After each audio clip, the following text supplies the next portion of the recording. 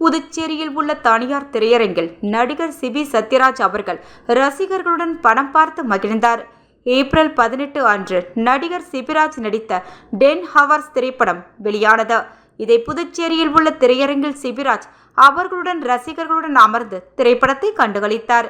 இதனை அகில இந்திய ரசிகர் மன்ற மாநில ஒருங்கிணைப்பாளர் பரத் அவர்கள் ஏற்பாடு செய்திருந்தார்.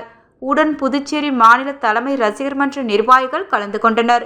முடிவில் செய்தியாளர்களை சந்தித்த சிபிராஜ் பேசுகையில்,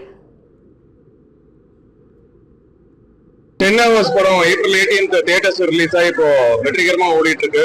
இப்போ இங்க நான் பாண்டிச்சேரியில இருக்கிற ப்ராவின்ஸ் மால் பிஆர் தியேட்டருக்கு வந்திருக்கேன். ஆடியன்ஸ் ரெஸ்பான்ஸ் ரொம்ப நல்லா இருக்கு.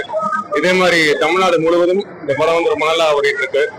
இன்ஃபேக்ட் தளபதி அவருடைய சச்சின் படத்துக்கு நடுவிலையும் தலையோட குட் பேட் அக்லி படத்துக்கு நடுவிலையும் வந்து இந்த படம் சஸ்டெயின் ஆகி ஓடிட்டு இருக்கு. ரொம்ப சந்தோஷமா இருக்கு.